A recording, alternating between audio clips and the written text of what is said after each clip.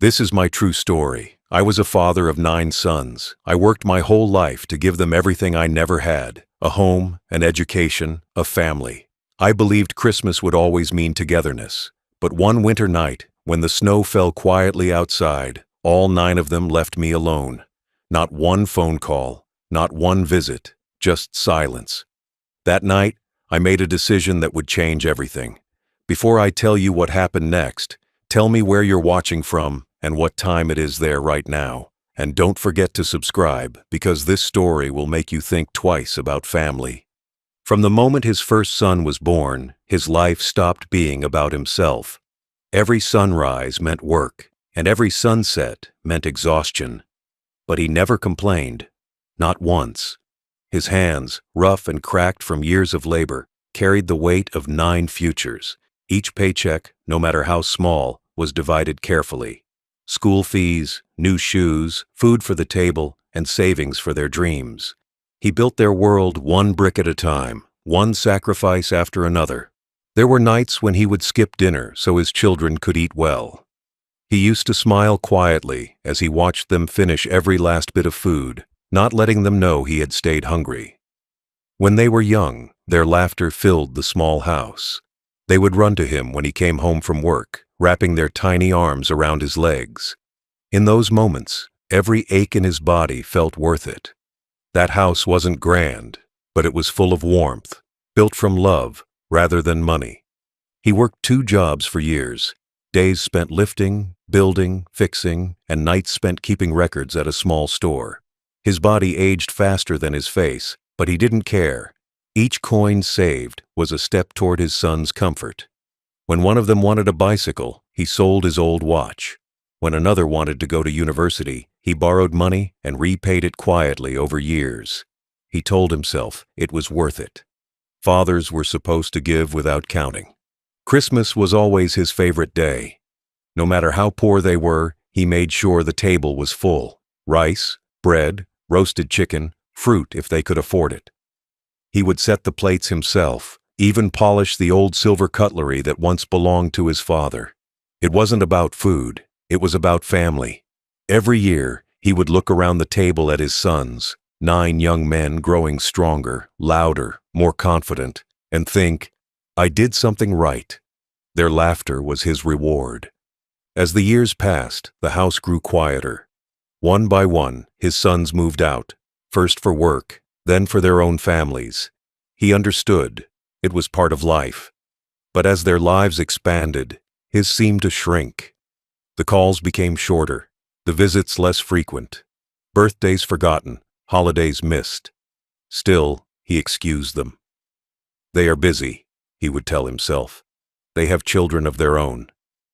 He waited every year for Christmas to bring them back home, to bring back the feeling of belonging. When his health began to weaken, he didn't tell anyone. His back ached from years of lifting, and his legs grew stiff with cold.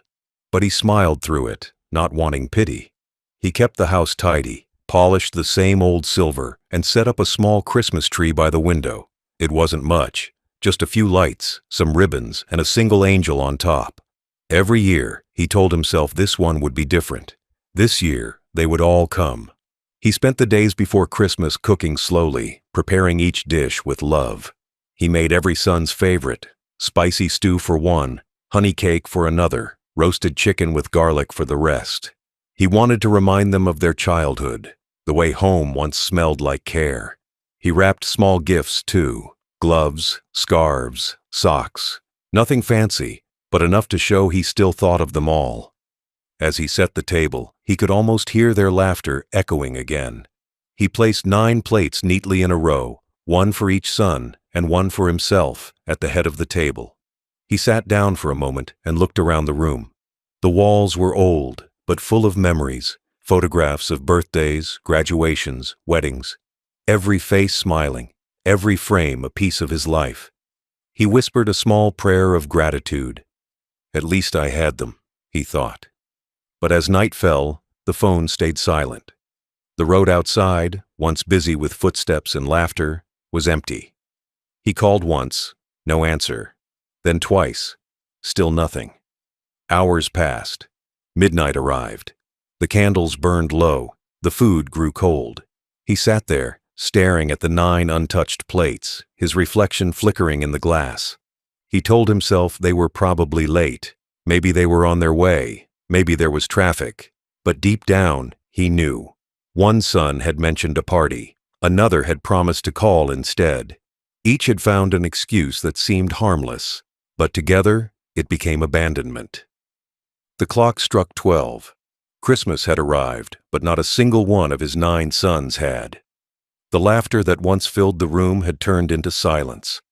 The lights from the tree blinked weakly, casting shadows on his face. He lifted his glass, toasted to no one, and whispered, "Merry Christmas." That night, he didn't cry. He simply sat in silence, letting the pain settle deep inside. The coldness in the air wasn't from the weather, it was from realization. Love, when taken for granted, turns into emptiness. He thought about every gift he had ever given, every sacrifice he had made, every moment he had put his children above himself. All of it, years of giving, years of care, had ended in a single night of loneliness. But beneath that silence, something shifted inside him. He didn't feel anger. He felt awakening. Years of blind love had blinded him to truth. The truth that unconditional love cannot survive in a one-way street. He realized that night that he had raised 9 men who loved comfort more than character, who valued convenience over connection. He looked at the gifts he had wrapped, still sitting on the floor beside the tree. Each one had a name written carefully in his shaky handwriting. He picked them up one by one and placed them in a box. Not to throw them away, but to remind himself that giving must be earned, not expected. He walked to his small desk, opened the drawer, and pulled out a stack of old documents, property papers, bank statements, investment files. He hadn't looked at them in years, but now, under the dim Christmas light, they felt different. Not numbers, not property, but leverage. As the night grew colder, he made himself a cup of tea. He didn't plan revenge, he planned freedom. He realized that sometimes justice doesn't come from anger. It comes from finally valuing yourself as much as you once valued others. That night, he made a silent promise to himself. Never again would he beg for love that had forgotten him. He placed the documents back in the drawer neatly, closed the light, and went to bed. The room was cold, the house empty, but his heart, for the first time in decades, felt awake. He slept peacefully, not because everything was right, but because he had finally seen what was wrong. The evening had begun like any other Christmas Eve. The air outside carried the sound of bells and laughter. Neighbors' homes glowed with golden light. The smell of roasted food floated through the cold night. From his small window, he could see families gathering, sons embracing fathers, daughters decorating trees, children playing with sparkles in their hands. Inside his own house, there was only silence. He had set everything up perfectly that morning. The tablecloth was washed and pressed. The candles stood tall at the center. 9 plates waited in a line, each one placed with care, as if their positions could summon the men who once filled them. In the kitchen, the smell of stew and warm bread lingered in the air. It should have been a night of laughter, noise, and love. But instead, it felt like a museum of forgotten things. The old man sat near the window, glancing at the road now and then. He imagined headlights flashing in the distance. His sons arriving one after another, carrying gifts, laughter, and apologies for being late. Every few minutes, his heart lifted with hope at the sound of a car, only to sink again when it passed by without stopping. He looked at the clock. 7, then 8. The snow outside began to fall thicker, covering the streetlights in soft white. He picked up his phone. No messages, no calls. He tried calling the eldest son, the one who always promised to take care of everything. The line rang, then went to voicemail. He tried another, then another. By the 6th call, the phone battery gave up, but his hope had already died long before it did. The house that once echoed with laughter now felt colder than the wind outside. He poured himself a cup of tea, but his hands trembled. The steam fogged his glasses as he whispered a silent prayer, not for company, but for strength. He didn't want to cry. Not tonight. Not on the day he had once loved most.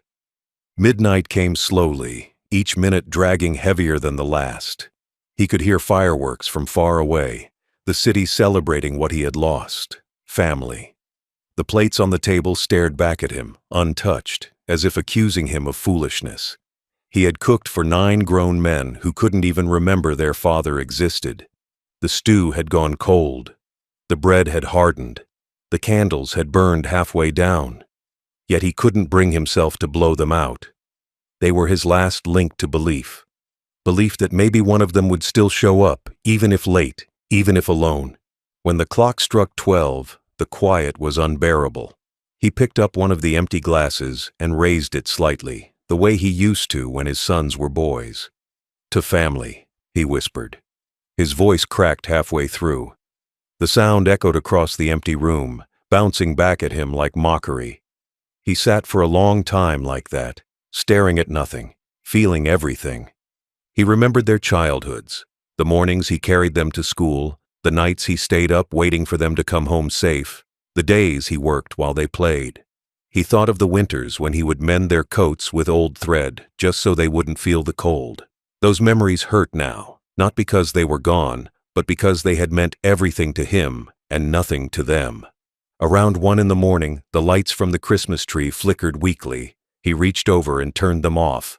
The house went dark except for the faint light from the moon through the window. The snow outside looked calm, soft, pure in a way that people rarely are. He stood up slowly, his back aching, and walked to his bedroom.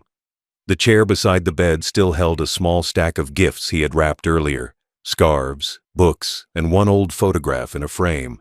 He sat on the edge of the bed, holding the frame in his hand. It was an old picture, his wife holding their youngest child, the other 8 standing around her, all smiles, all innocence. He ran his thumb gently over her face. She had been gone for years, but tonight he missed her more than ever. She had been the heart of the family, the glue that held love together. Since she died, the cracks had only widened. The old man thought about what she would say if she were here. She would tell him to forgive, to be patient. But patience had already cost him his pride, his peace, and his place in his own family. Forgiveness, he realized, is not endless. It has boundaries, and his had been crossed long ago. He lay back on the bed, staring at the ceiling, listening to the ticking of the old wall clock. Each tick sounded like a reminder of time wasted, years spent loving those who had stopped seeing him. His heart was heavy, but his mind was clear. He understood now that love without respect becomes slavery. He had given too much, and in doing so, had taught them to take everything for granted. Around 3 in the morning, sleep came, not gentle, but heavy. In that half-sleep, half-waking haze, he saw her again, his wife, standing by the tree, smiling. She didn't speak. She just looked at him with the kind of understanding that words can't carry. When he woke up, the house was still quiet, but something inside him had changed. The ache was still there, but so was something else: determination. The sun rose slowly, painting the snow gold. The old man sat by the window, watching light creep across the floorboards. The cold air bit through the cracks in the window, but he didn't mind.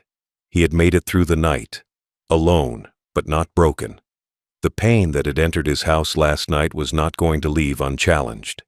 He stood up, straightened his back, and walked to the drawer near his desk. Inside lay decades of his life: documents, deeds, account statements, investments, and memories disguised as paper. He ran his hand over them and smiled faintly. These were not weapons, but lessons, lessons his sons had yet to learn. He knew what he had to do. There was no anger in his heart anymore, only clarity. They had left him in the dark on Christmas night, a night meant for warmth, kindness, and gratitude. Now he would show them the light they had chosen to ignore. He didn't want revenge. He wanted balance, justice, not cruelty, consequences, not hatred. He spent the rest of that Christmas night cleaning up the table. He packed away the food neatly, covered the plates, and blew out the remaining candles. As the smoke rose slowly in the air, it felt like closure, the end of one life and the beginning of another. He sat by the window one last time before bed, looking at the stars above. They glittered coldly, distant and perfect.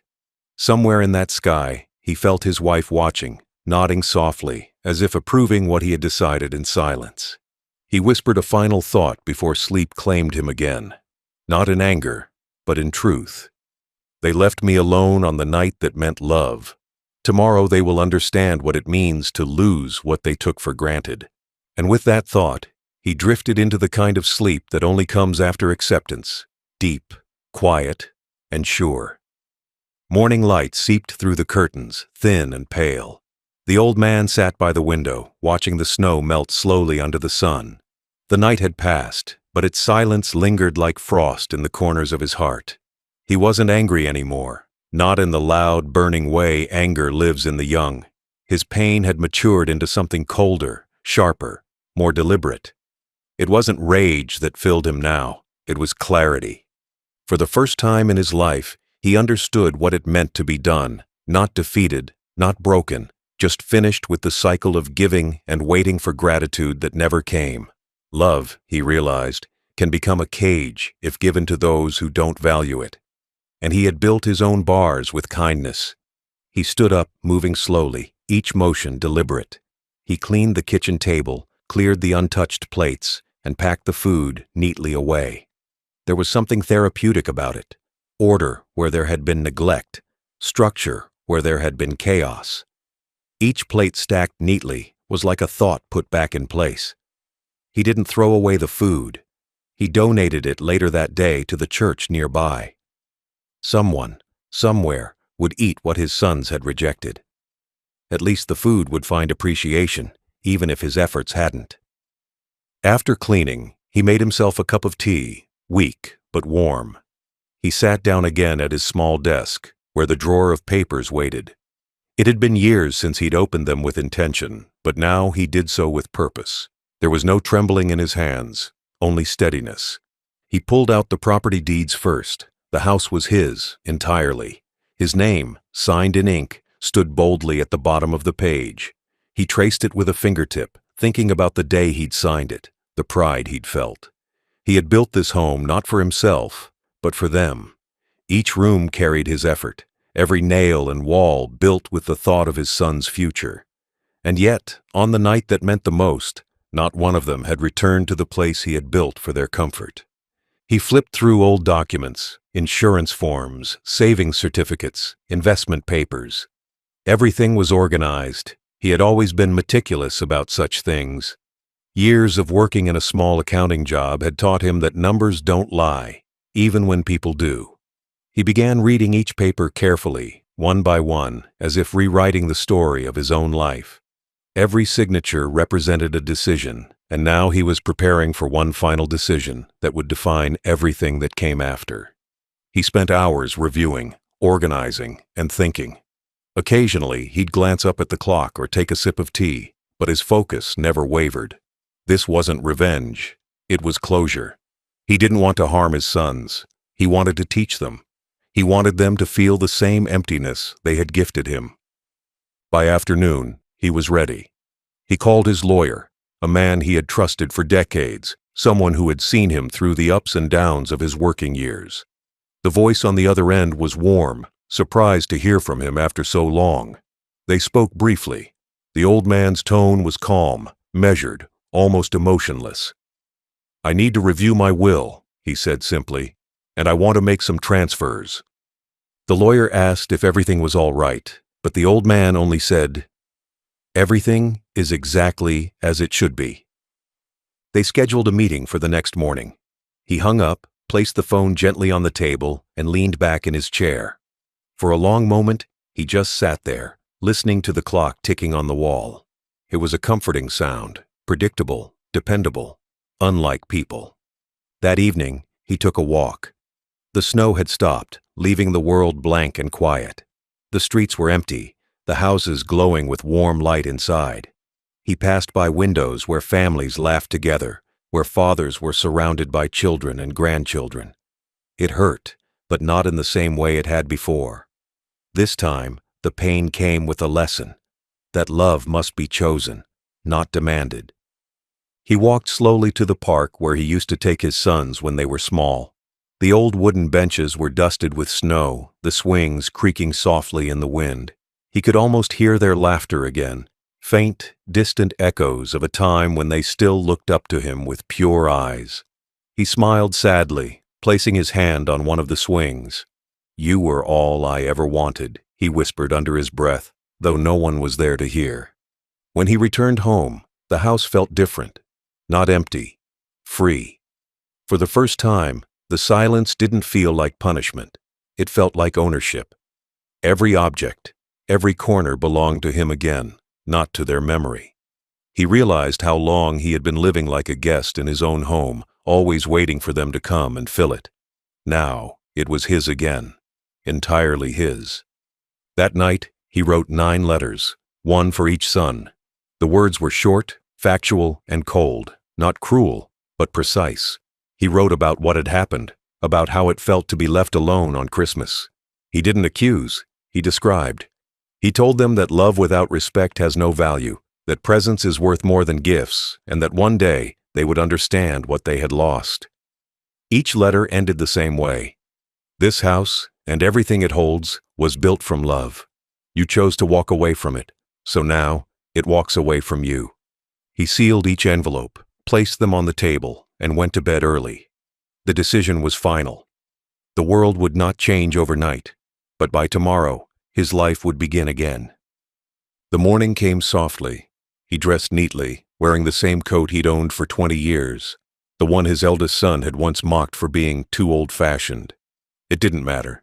He liked things that lasted. He walked to the lawyer's office, the snow crunching under his boots. People passed by him, busy with their lives, carrying gifts and groceries. He walked slowly, steadily, like a man carrying peace rather than weight. At the office, the lawyer welcomed him kindly. They reviewed the documents together for hours. The old man listened carefully, signing where needed, explaining where necessary. Each stroke of his pen felt like closing a door gently but firmly. The lawyer looked up at him once and said, "You're sure about this?" The old man nodded. "More sure than I've ever been." When it was done, he placed the pen down and exhaled. It was over. Not the years, not the memories, but the part of him that waited for love that would never return. On his way home, he stopped by a small cafe. He hadn't eaten out in years. He ordered tea and a slice of cake. As he sat by the window, watching people rush by, he smiled faintly.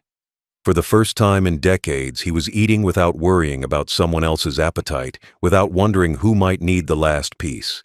It was a small moment, but it felt enormous. That evening, he packed a small bag. He didn't know where he would go yet, but he knew it would be far. He didn't leave out of spite. He left because staying meant reliving the same pain every day. Before he left, he placed the 9 letters on the dining table, under the candle that had burned halfway down on Christmas night. He stood at the door for a moment, looking back one last time. The tree was still there, the lights faint but glowing. The gifts he'd wrapped sat untouched, waiting for hands that would never come. But there was no bitterness in his eyes now, only quiet victory. As he stepped outside into the cold air, snowflakes landed on his coat, melting instantly. He looked up at the gray sky and smiled. He had learned the hardest truth of all, that sometimes peace begins where family ends. That night, while the city slept, he walked away from the life he had built for others and stepped into the one he had quietly reserved for himself. He didn't leave a forwarding address. Only the echo of his footsteps remained. The next morning carried no anger, only precision. The old man woke before dawn, as he always did, a habit from years of labor that never left him. But this time, he didn't prepare breakfast or light the fire. He brewed a simple cup of black coffee and sat at his desk, the same one where he had balanced bills, planned futures, and written letters of hope to his sons. Now, it became his table of reckoning. Stacks of papers lay before him, deeds, account books, and a small black notebook that had followed him through decades. He opened it slowly. Every page held a memory of sacrifice, money sent for school fees, receipts for their weddings, documents proving how many times he'd bailed them out of their own mistakes. He had kept records not out of suspicion, but out of duty, the kind of discipline only a father with too many responsibilities learns to live by. He began reading through them with quiet focus. Each number was a reminder, each signature a mark of his loyalty. He saw the date of his first house payment, the insurance policies he had started when his sons were still boys, the bank accounts that had grown under his strict hands and generous heart. But as he turned the pages, one thought grew stronger. They never asked where this came from, only when it would come again. He made a list, short, simple, organized. At the top, he wrote one word: options. Beneath it, 3 headings: legal, financial, and moral. He would not act out of rage. He would act out of reason. Under legal, he listed every asset still bearing his name: the house, the land parcel in his hometown, and one joint account he had never fully transferred. He knew the law. He had signed every paper with understanding, not blind trust. He still had control. He still had authority. Under financial, he noted each bank account, including those where he had once made his sons beneficiaries. Slowly, methodically, he drew a line through their names. He knew how the system worked: the rights, the transfers, the power of signatures. The same way he had built their security, he could dismantle it. Under moral, he wrote something softer: never let anger guide the pen. He didn't want revenge to poison his clarity. He wanted balance. If he was going to teach them a lesson, it had to be through integrity, not vengeance. He closed the notebook and exhaled deeply. It was time to act. He called his lawyer again, this time requesting a private home visit. The man arrived that afternoon, coat dusted with snow, briefcase in hand. The old man welcomed him warmly. Tea ready, documents neatly stacked on the table. He spoke calmly, clearly, as if discussing something routine. But the lawyer understood the gravity behind every word. Together, they reviewed ownership rights, inheritance laws, and property clauses. One by one, they mapped out what could be done legally, silently, and permanently. The lawyer explained that, as the original owner, the old man had every right to restructure his assets. There would be signatures, formalities, and verifications, but no one could challenge them, not even family. By evening, the plan was set. Within a few weeks, everything could be transferred, quietly, efficiently, without public noise. The sons would learn about it only when the effects reached them. After the lawyer left, the old man sat back and looked around the room. The air felt lighter, cleaner. For years, he had been living like a ghost in his own life, surrounded by reminders of people who didn't care enough to show up. Now, he was becoming visible again, even if only to himself. That night, he went through old letters and photos. Each image told a story: birthdays, graduations, holidays. He smiled faintly at some, winced at others. He didn't hate them. Hate required energy, and he was too tired for that. He pitied them instead, for being rich in possessions, but poor in gratitude. He burned a few papers that no longer mattered: old drafts, broken promises, and outdated receipts. Watching the flames flicker, he realized how symbolic it was. Some things are meant to end in quiet fire, leaving behind warmth instead of ashes. Over the next few days, he began gathering proof of everything he owned: notarized copies, title deeds, transaction slips. He wanted no dispute, no loophole. He walked to the town offices in the cold, coat buttoned up, breath forming white clouds in the air. People greeted him politely, unaware that he was redrawing the map of his legacy. At the bank, he requested account verifications. The clerk, recognizing him from years of steady transactions, offered a warm smile. "Still managing everything yourself, sir?" she asked. He smiled back. "Yes, always." He withdrew small amounts of cash, leaving the rest untouched, but restructured. New accounts, new authorizations. Every signature was deliberate, a quiet act of control, reclaimed. When he left the bank, he passed by the church again.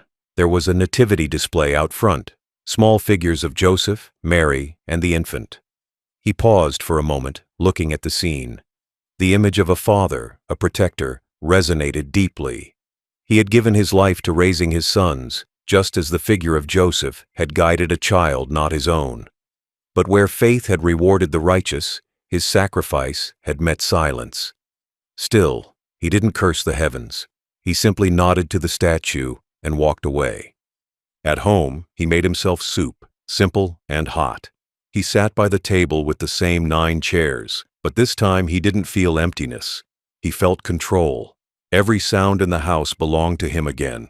The creak of the floorboards, the hum of the heater, the ticking clock on the wall. It was as if the house itself had been waiting for him to reclaim it. He began writing a journal that night.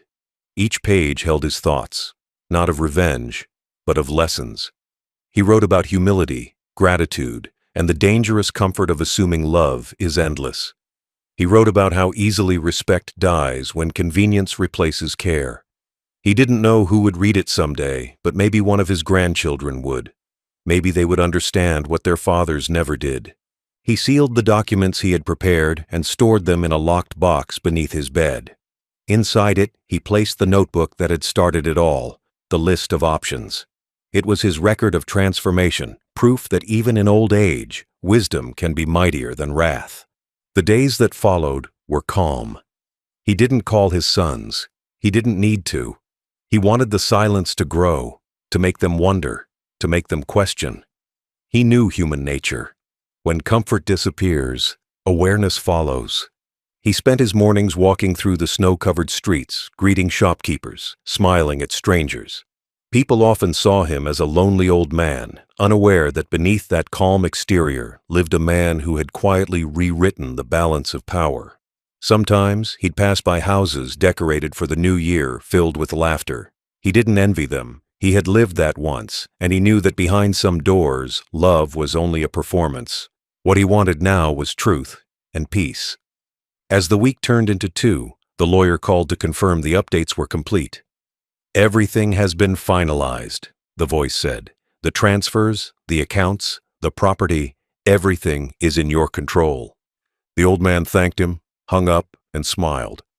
The world outside continued, as if nothing had changed. But he knew. Everything had. He walked to the fireplace that evening and lit a small candle. Its flame flickered gently, illuminating the table where the Christmas decorations still lay. He whispered softly, "It's done." He wasn't proud, but he was content. The kind of contentment that comes from reclaiming self-respect. That night, he wrote one more line in his journal. "They left me to freeze in loneliness. I answered with warmth, the warmth of clarity, the peace of final decisions. Tomorrow, they will wake to the sound of their own absence." And with that, he closed the book and went to bed, not as a forgotten man, but as a man who had quietly reminded the world that dignity, once taken for granted, always returns, but never in the way they expect. The morning that began, his strategy felt strangely light. The old man woke early, long before sunrise, as if his body already understood that something significant was about to begin. The previous days had been full of thought, reflection, and planning, but today was about action. For the first time in many years, he felt alive in a way that didn't depend on anyone else's approval. There was no hesitation, no trembling doubt, only steady conviction. He dressed carefully, choosing a clean shirt, pressing it himself. He made a modest breakfast, not because he was hungry, but because it felt good to do something for himself. The coffee steamed beside his hand, and as he looked out the window at the frosty street, he thought of all the mornings he'd spent worrying about his sons, about their debts, their fights, their comfort. Every decision had once revolved around them. But this morning was different. For once, his decisions would belong only to him. He opened his notebook again. The plan was clear. The strategy he had drawn in silence was now ready to unfold. There were no grand gestures or revenge-filled speeches waiting, only documents, numbers, and precision. His power was not in strength, but in structure. In the quiet world of paper and ink, he was still the master. He started by visiting the bank. The manager, a polite woman with a kind smile, recognized him immediately. "Good morning, Mr. Daniels," she said warmly. "It's been a while since you came in." He nodded, returning the smile. "Yes," he said calmly, "but it's time I review a few things." He spent nearly 2 hours at the desk, signing, verifying, authorizing. The woman didn't ask questions beyond procedure, and he appreciated that. She handed him a set of forms confirming his decisions. The moment he signed the last one, he felt an invisible weight lift from his shoulders. His accounts were now completely under his personal control. Untouchable, unshared, unassumed. As he left the bank, he passed a cafe where people were gathered, laughing over breakfast. It reminded him briefly of old family gatherings, mornings when he'd sit at the head of the table, coffee in hand, watching his sons argue playfully about football or politics. But those sounds had turned sharp over the years, the laughter replaced by complaints, the warmth by entitlement. He looked at the cafe window one last time and moved on. Next came the lawyer's office again. The papers they had prepared were now ready for final confirmation.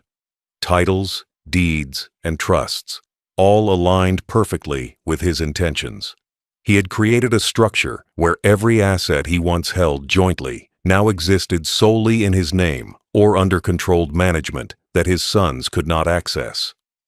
The lawyer reviewed each section with him carefully. "This clause," the lawyer said, pointing, "ensures that none of them can challenge these changes without your written consent." The old man nodded slowly. "Good. That's the way it should be." The lawyer hesitated, then said softly, "It's a rare thing, Mr. Daniels. Most parents would hesitate to make decisions like this." The old man smiled faintly. "Most parents don't get left alone on Christmas." That silence that followed said more than words ever could. Once the legal confirmations were complete, he turned to something more personal, letters to his bank, his insurance agency, and even his local council.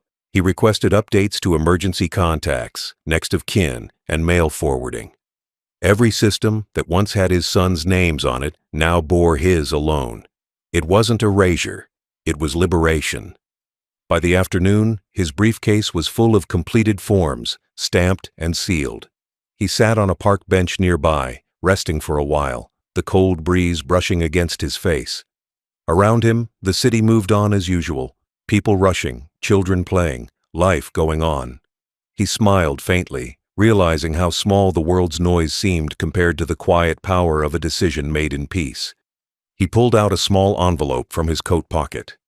Inside it was a check, a large one. It wasn't for his sons. It was for a charity that built homes for the elderly who had nowhere to go.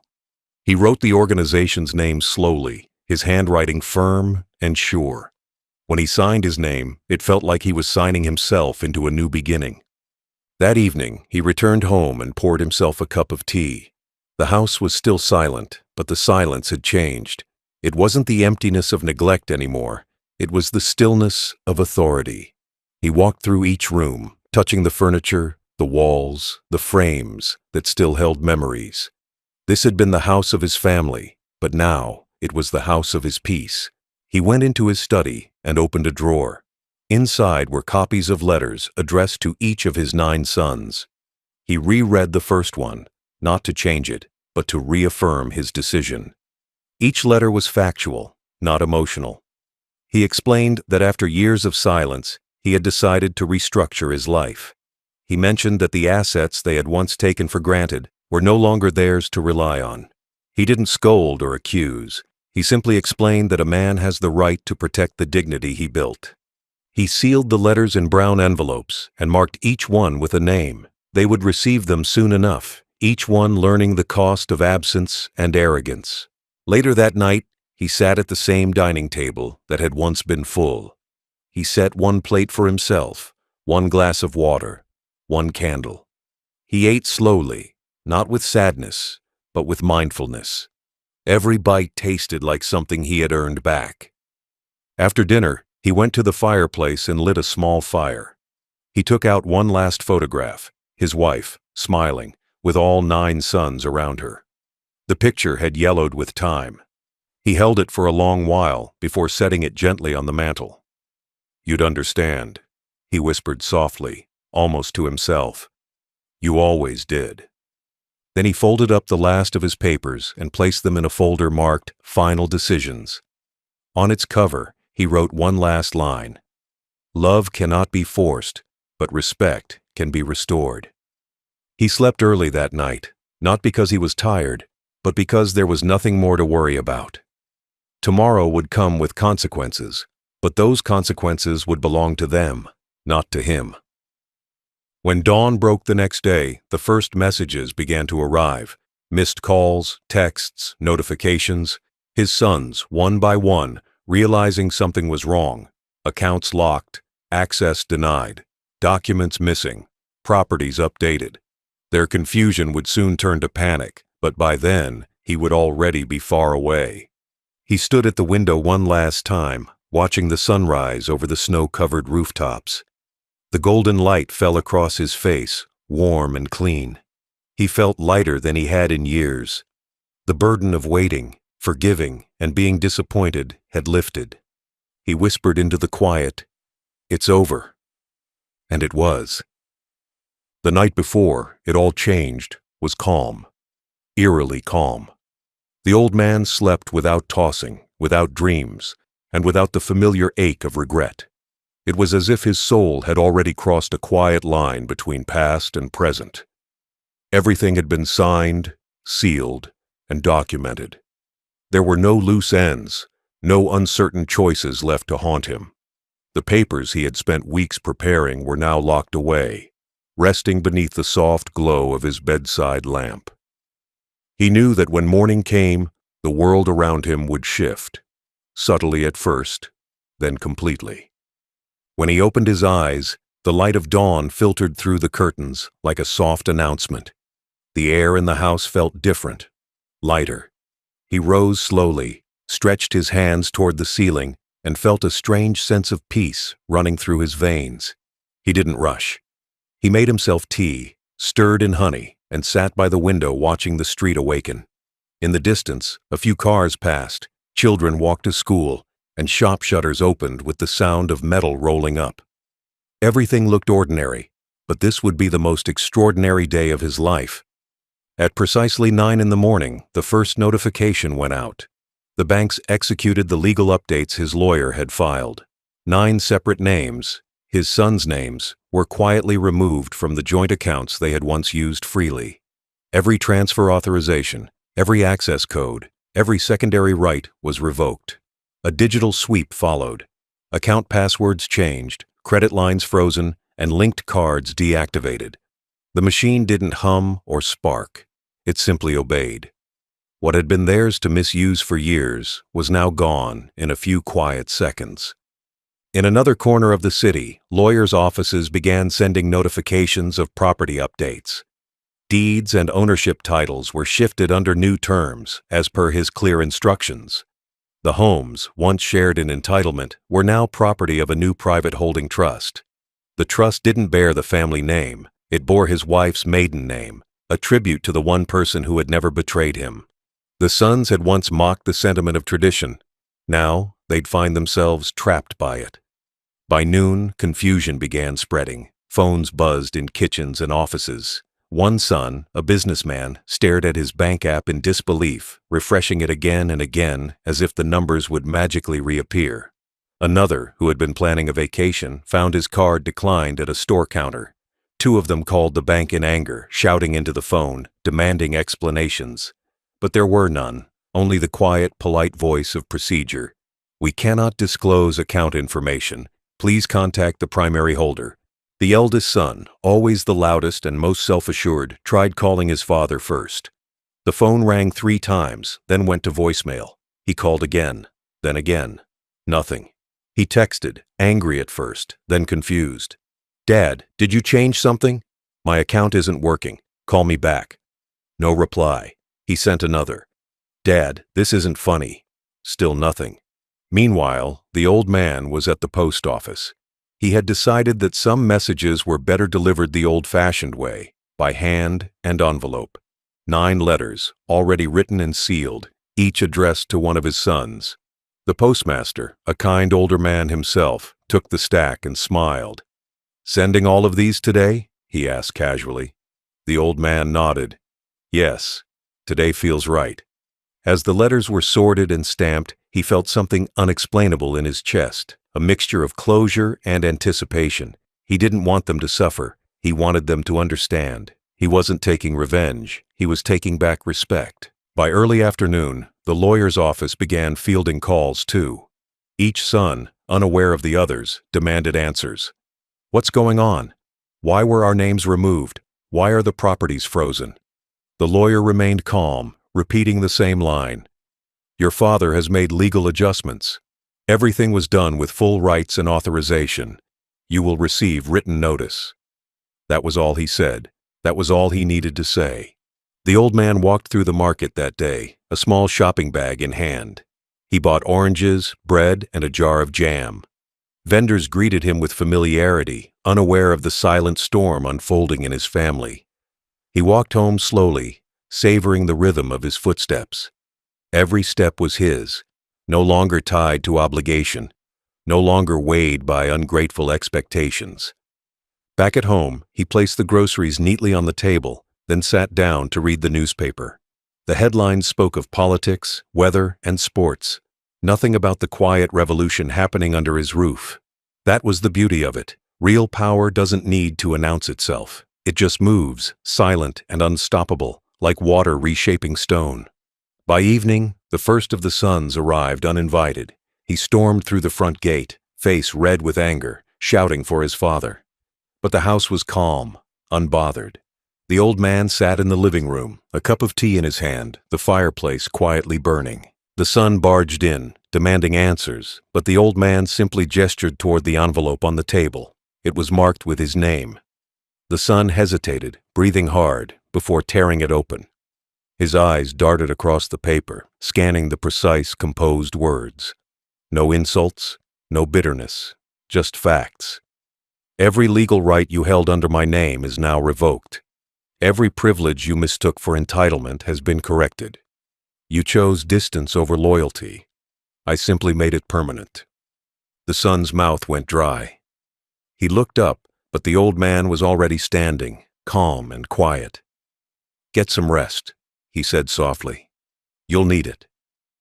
Then he walked past him, leaving the man frozen in the living room, letter trembling in his hands. Elsewhere, the other 8 sons received their letters the same evening. Each had its own tone, gentle but final. Some tried calling, some cried, some cursed, but their father didn't answer. The phone remained silent on his desk, beside the empty cup of tea. Night fell slowly over the town. The streetlights came on one by one, and the world continued as if nothing monumental had occurred. But inside those 9 homes, chaos bloomed. Bank accounts were blocked, loans suspended, properties tied up in new trusts. Everything they had once leaned on had vanished into a silence they couldn't control. The old man spent that night peacefully. He went to bed early, the soft glow of the lamp casting warmth across his face. He didn't smile. He didn't celebrate. He simply rested, breathing evenly, his conscience clean. He had not shouted. He had not struck. He had not broken anything except the illusion of his son's power. When dawn came again, the city woke to another ordinary day. But for 9 men scattered across neighborhoods, everything had changed overnight. They learned what their father had always known but never spoken, that respect is the only inheritance that endures, and once lost, no amount of wealth can buy it back. That morning, as the old man sat once again by his window, sipping his tea, he felt no loneliness, only completion. The sun rose over the rooftops, glinting against frost and chimney smoke, and for the first time in years, he whispered to himself, "Now, I can rest." And he meant it. The confrontation was never loud. It was never meant to be. The old man had learned long ago that the loudest truths are the ones delivered in silence, through evidence, not emotion, through calmness, not chaos. That morning, when his eldest son returned to the house with fury burning in his eyes, the old man was already prepared. He sat in his chair by the window, the same one where he had watched the seasons pass for decades, holding a folded letter in his hand. His movements were steady, his breathing unshaken. There was no fear, no nervousness, only quiet readiness. Outside, the winter sun spilled across the yard, covering the snow in pale gold. It was a peaceful morning, a strange contrast to what was about to unfold inside. The eldest son burst through the door, his footsteps heavy and impatient. He didn't knock, didn't greet, just stormed in, demanding explanations.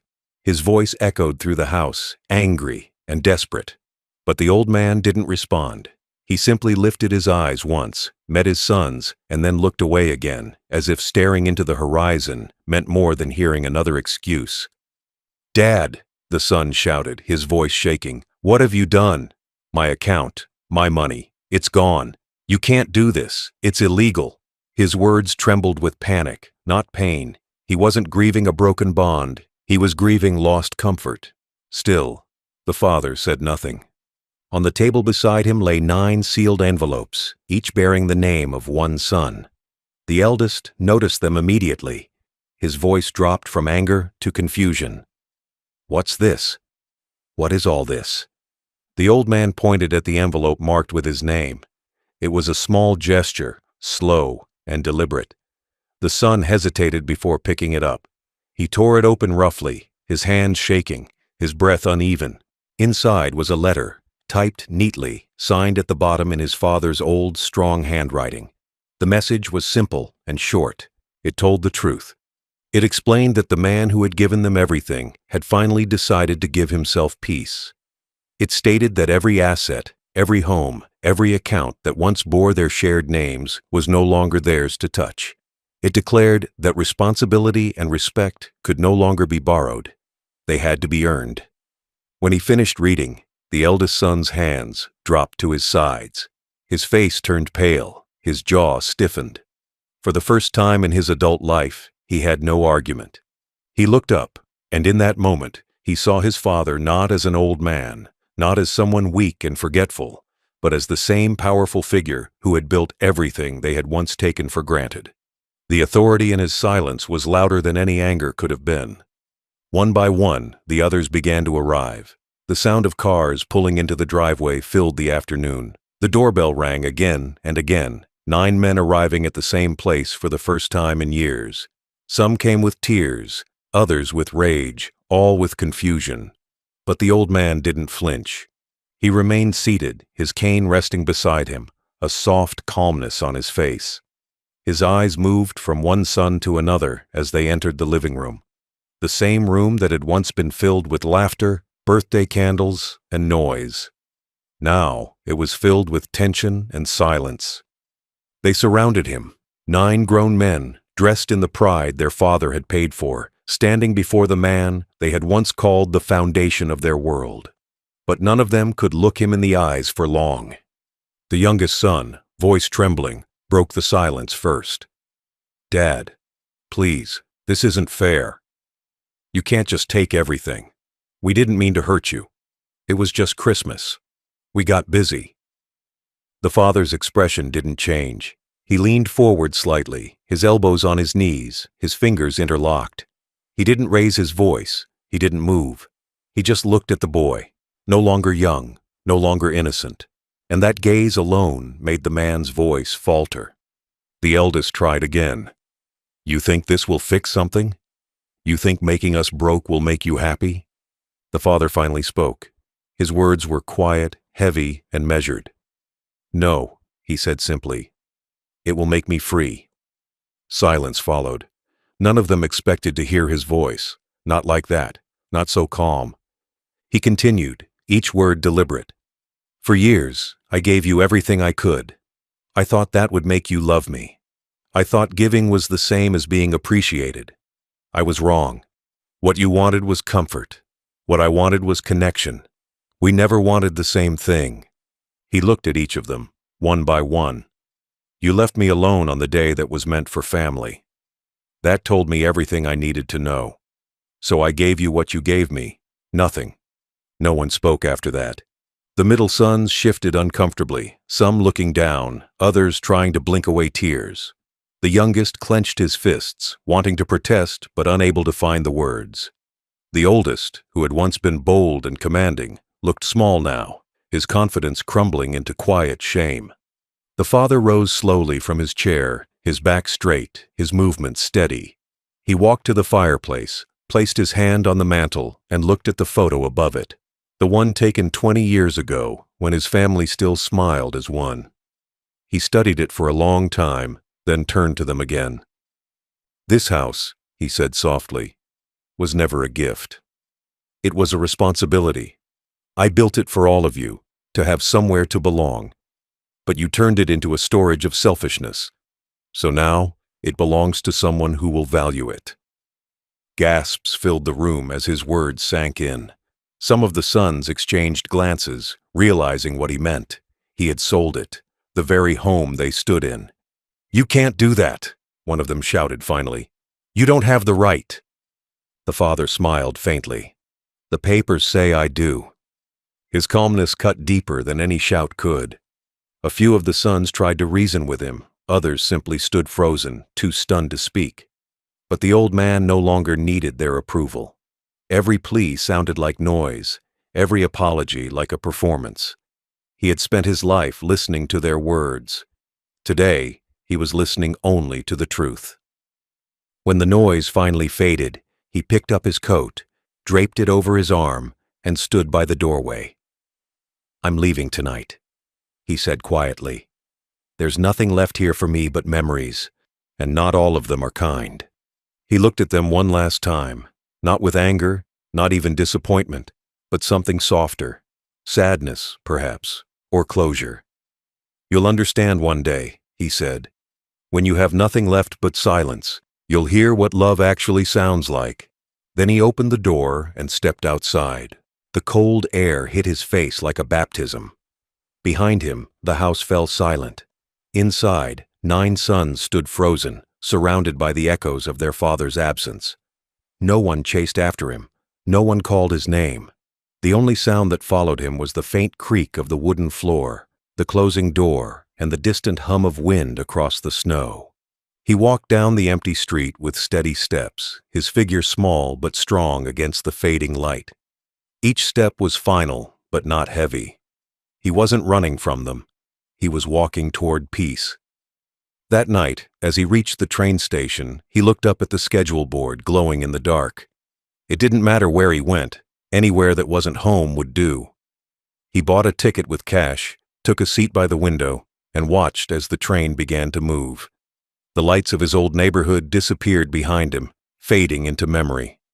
He closed his eyes, exhaling slowly. The confrontation was over. He hadn't shouted, hadn't cursed, hadn't begged. He had simply let truth and consequence do the talking. In the reflection of the window, he saw himself, older, quieter, but not defeated. The man who had once been surrounded by family was now surrounded by silence, and yet, for the first time in decades, that silence was kind. He whispered softly into it, "I taught them how to build. Today, I taught them what happens when they destroy." The train rolled forward, carrying him away from the house that had once been his prison of hope, into the open night, wide, dark, and free. And for the first time, he didn't look back. The aftermath began quietly, not with shouting or chaos, but with silence. It was the kind of silence that fills a house after something irreversible has happened. When the old man left, the door's soft click echoed longer than any goodbye. Inside, 9 sons stood in the wreckage of their own making, surrounded by luxury that no longer belonged to them. The lights still worked, the walls still stood, but the warmth was gone. What had once been a home was now just a structure filled with guilt and echoes. The eldest son was the first to break. He sat on the couch, the same one where his father used to sit during family dinners, and buried his face in his hands. He didn't cry at first, not because he wasn't sad, but because pride still clung to him like armor. It took hours for that pride to melt, and when it finally did, the tears came without warning. The others looked at him, unsure of what to do. They had all grown used to ignoring emotion, just as they had ignored their father's loneliness. One of the younger sons tried to call the bank again, his voice trembling as he spoke. But the answer was the same, calm, professional, final. All accounts have been restructured under new ownership. We can't disclose further details." He hung up and stared blankly at his phone, realizing there was no one else to call. The house felt smaller as the hours passed. The walls seemed to close in, the furniture felt heavier. The laughter that once filled those rooms during holidays now seemed like a cruel memory. Every corner reminded them of something their father had done: fixing a broken chair, painting a wall, mending a table leg. They realized, too late, that the man they had dismissed as old and out of touch had been the true foundation of everything. News of what happened spread quickly among relatives and neighbors. Some were shocked, others were not. Many had noticed the growing distance between the father and his sons over the years. Whispers began circulating, not cruel ones, but honest observations. People said the old man had finally done what few parents had the strength to do. He taught his children accountability. The sons didn't know how to face the world outside. When they walked to the market, people looked at them differently now, not with admiration, but with quiet judgment. They could feel it in every glance, every polite smile that carried a hint of pity. The name they once carried with pride was now stained with the story of betrayal. Their father's absence had become their punishment, and their downfall was their inheritance. Days turned into weeks, and the weight of regret settled deeper. The eldest son began visiting the lawyer's office, desperate to undo what had been done. But law is not guided by guilt. It is guided by proof. Every document they saw bore their father's signature. Every change was legal, every clause watertight. "Your father was very thorough," the lawyer said softly. "He left nothing undone." The second son tried to appeal to emotion instead. He visited their old neighbors, asking if anyone had seen where their father went. But the old man had disappeared cleanly, leaving behind no forwarding address, no trace. Some said they saw him board a train, others claimed he'd moved to the coast. None of them knew for sure. It was as if he had dissolved into the quiet, carrying with him the peace that none of them would ever find again. Meanwhile, the house, now officially sold, began to change. The new owners arrived with trucks and workers, repainting walls, removing furniture, erasing every trace of the family that had once lived there. The sons stood outside the gates one afternoon, watching from a distance as strangers carried out the dining table where they had once laughed and argued. It was like watching their past being dismantled piece by piece. Some of them tried to stay together afterward, thinking that shared loss would create unity. But guilt doesn't unite. It isolates. Each one carried his own version of shame, his own regrets, his own sleepless nights. They stopped talking as often. The eldest stopped eating properly. The youngest began drinking. The middle ones tried to bury their guilt in work, but nothing filled the void. Christmas came again the next year, but this time the house was gone, the table gone, the man who made it all meaningful, gone. They gathered in a rented apartment, eating store-bought food under dim lights. The silence at the table was unbearable. One of them finally spoke, voice trembling. "Do you think he'll ever forgive us?" No one answered.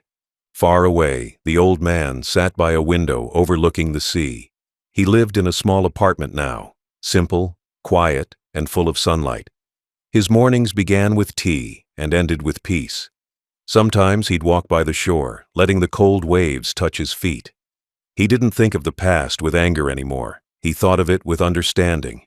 He knew his sons would suffer for a while, not because of what he had taken, but because of what they had lost within themselves. He didn't wish them pain. He wished them clarity. Maybe one day they would see that love is not owed, it's earned. The days moved gently for him. He made new friends, ordinary people, kind and curious. He helped his neighbors with small repairs, offered advice to young men who reminded him of his own sons, and occasionally smiled when he saw families walking together along the shore. He didn't envy them. He had made peace with his solitude. It wasn't punishment.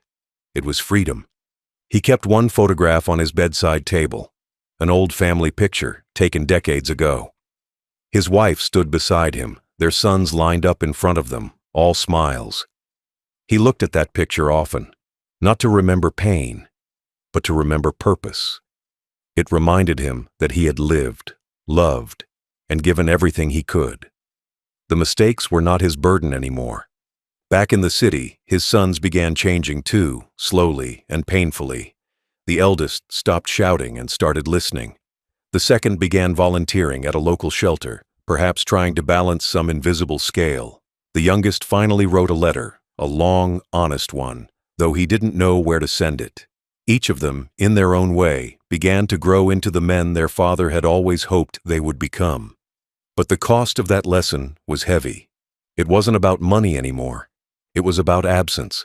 The absence of the man who had held them together, who had forgiven them more times than they deserved, who had believed they would never hurt him the way they did. The neighbors often said they could tell when the sons passed by the old house that now belonged to strangers.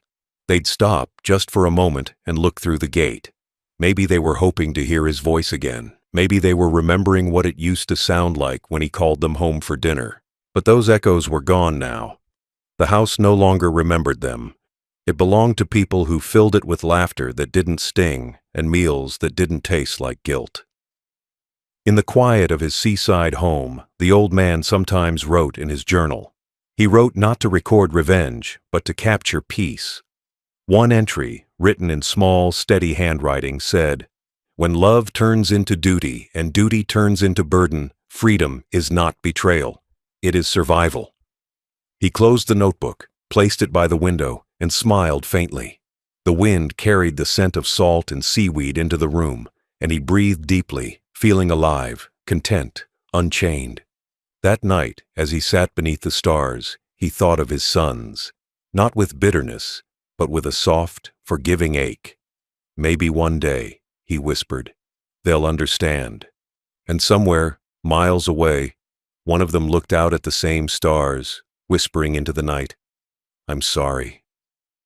Neither heard the other. But somehow, in that shared silence, there was a small kind of peace. The peace that comes after a storm, the kind that leaves the world bruised but wiser. The new beginning didn't happen all at once. It began slowly, like dawn creeping over a dark horizon, soft and unsure, yet inevitable. The old man woke up one morning in his small seaside apartment and realized he had slept through the night without dreams of the past. For the first time in years, his heart wasn't heavy. He didn't wake up to the sound of arguments or the dull ache of disappointment. The air felt lighter, the silence kinder. He brewed his tea, opened the window, and let the ocean breeze move through the room. It smelled like renewal, clean, fresh, forgiving. His new home was nothing like the house he had built for his sons. It was smaller, humbler, but more honest. The walls were bare, except for one framed picture, his wedding photograph. The wooden chair creaked softly when he sat, the floorboard spoke when he walked, and the light through the curtains painted his morning's gold. Everything about it was simple, but in that simplicity lived freedom. He no longer felt watched, judged, or unwanted. Every breath here belonged to him alone. He started rebuilding his days with care, not haste. Each morning began the same way, a walk by the sea. The tide always came in like memory, soft but persistent, touching the edges of his solitude and retreating again. The seagulls circled overhead, calling to one another in voices that sounded like laughter. Sometimes children played along the shore, their small feet leaving temporary trails in the wet sand. Watching them, he often smiled.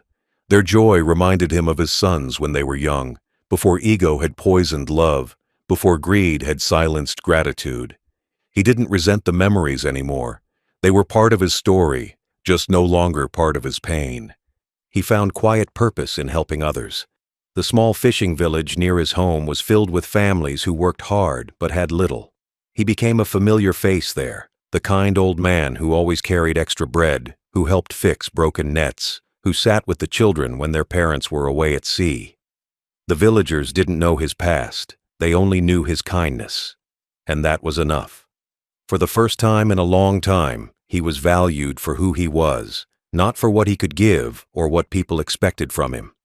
On Sundays, he attended the small community center at the edge of the harbor.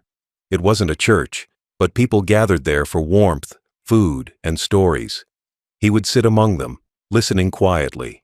Sometimes, when they asked him to share, he spoke not of betrayal or revenge, but of lessons, about patience, humility, and the importance of leaving behind bitterness before it turns into chains.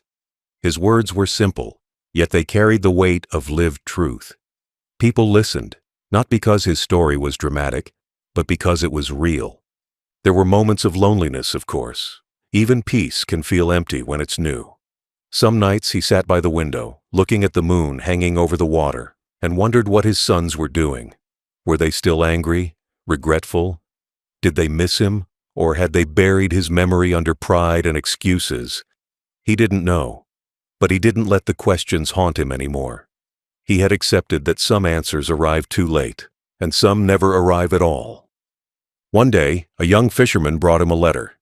"Someone left this at the post office," the man said, handing it over. The handwriting was familiar. It belonged to his youngest son. His hands trembled slightly as he opened it. The letter was long, messy, and written with guilt spilling through every line. The boy apologized for everything, for the silence, the arrogance, the abandonment. He wrote that they had all learned the hard way what respect truly meant, that not one of them had peace since their father left. He ended the letter with a single line that made the old man's eyes sting. "We didn't lose your money, Father. We lost your love, and that was everything." The old man read it twice. Then he folded it neatly, placed it in a small box with a few keepsakes, his wife's ring, an old watch, a piece of paper with a quote he loved. "Dignity is quiet. It never shouts." He didn't respond to the letter right away. He needed time. Forgiveness was not a switch to flip. It was a door to open slowly. Days passed, then weeks. The rhythm of his new life continued, slow, steady, content. He spent mornings by the sea, afternoons tending to a small garden he had started, and evenings writing in a notebook. He wrote not to publish, not to prove anything, but to release the weight of memory. His handwriting was shaky now, but his thoughts were clearer than ever. He wrote about how peace is not found in wealth or revenge, but in detachment, in learning to live without needing validation from those who hurt you.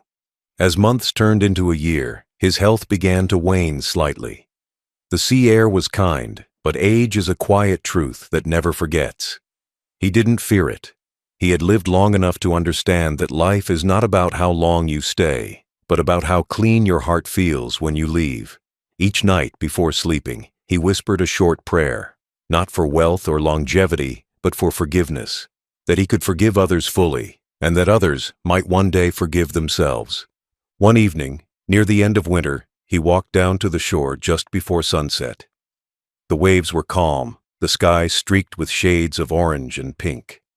He watched as the sun sank slowly into the horizon, and a small smile played on his lips. He remembered the chaos of that last Christmas night, the noise, the loneliness, the pain, and realized that every storm he had survived had led him here, to this stillness. He sat on a rock near the water, the cool wind brushing against his face, and whispered to himself, "Peace is not found in what you take back. It's found in what you finally let go." When he returned home, he lit a candle and placed it by the window. It became a quiet tradition, one light for every soul he had loved, even those who had hurt him. That night, he lit 9 candles, one for each of his sons.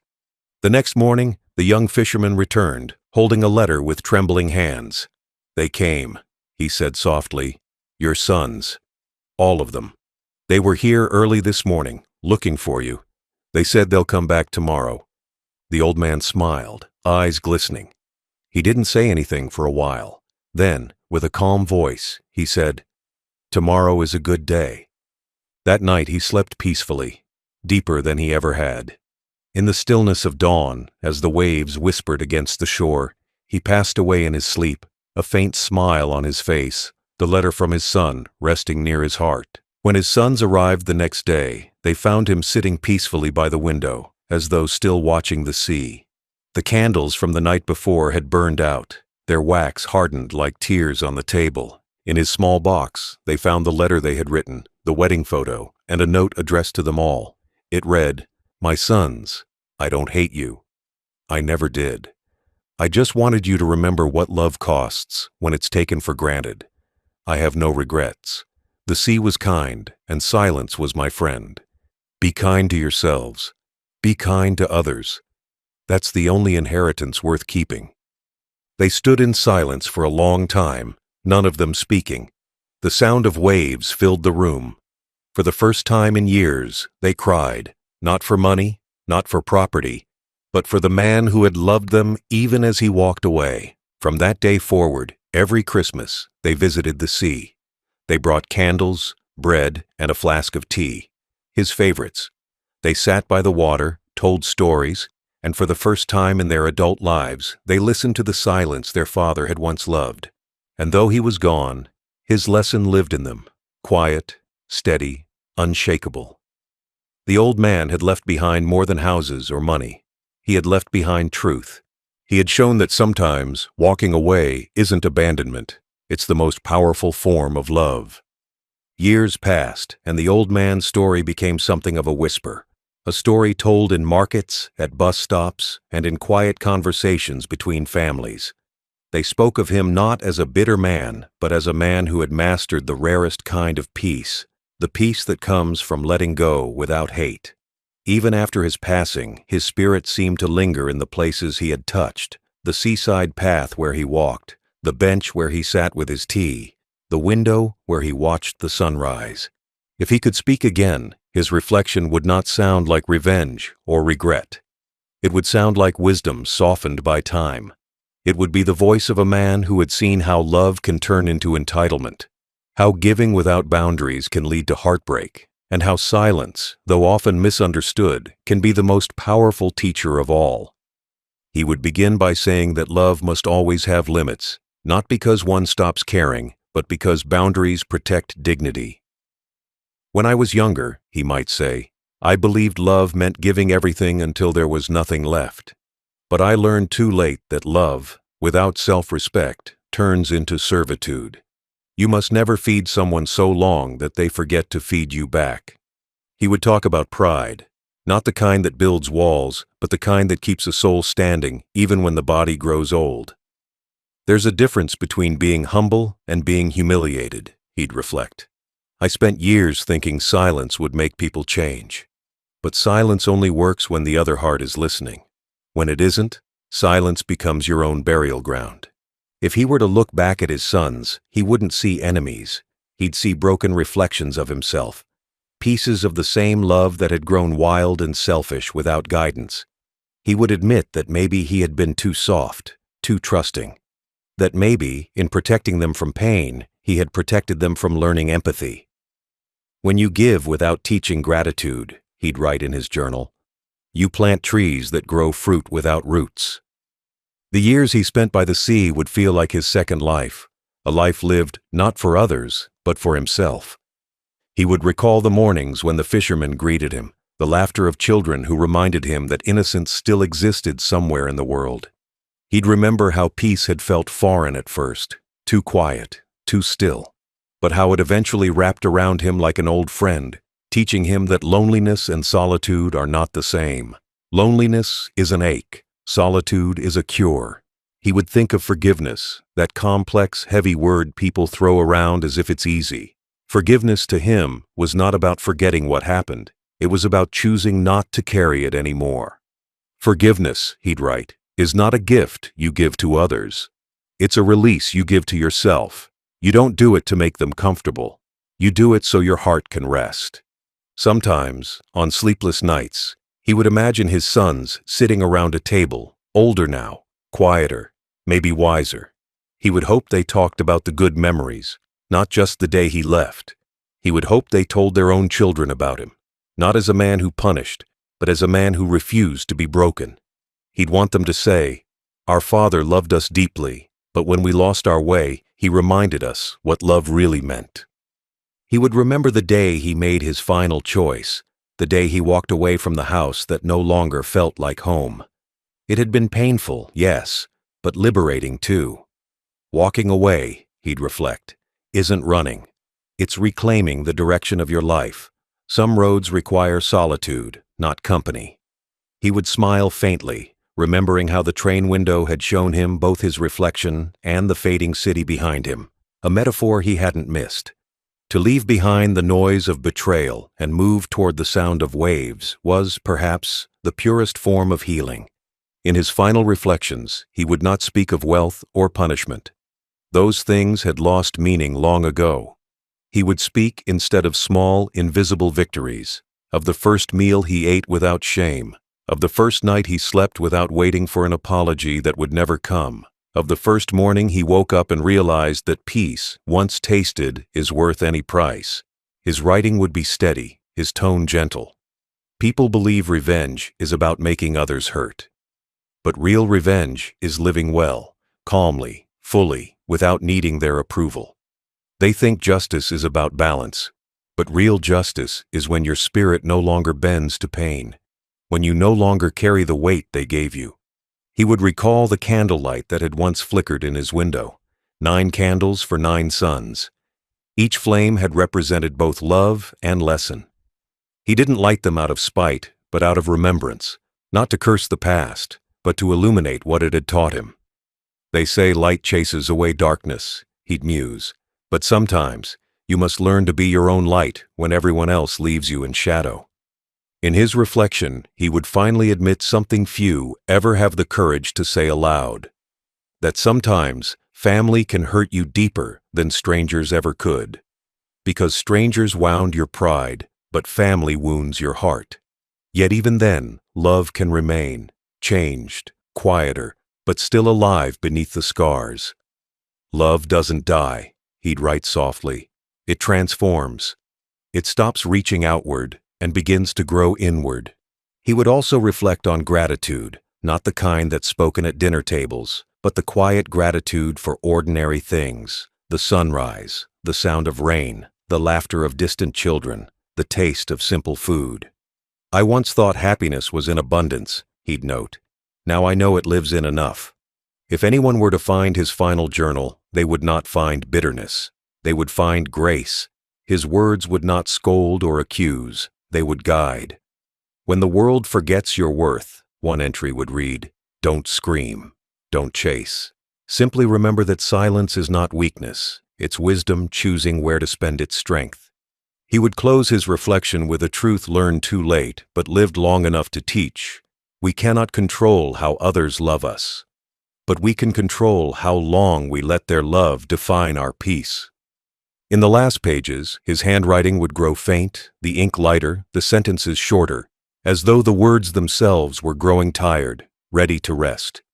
His final entry would be dated 1 week before his death. It would say, "If they ever ask why I left, tell them this. I didn't leave to hurt them. I left to save what was left of me.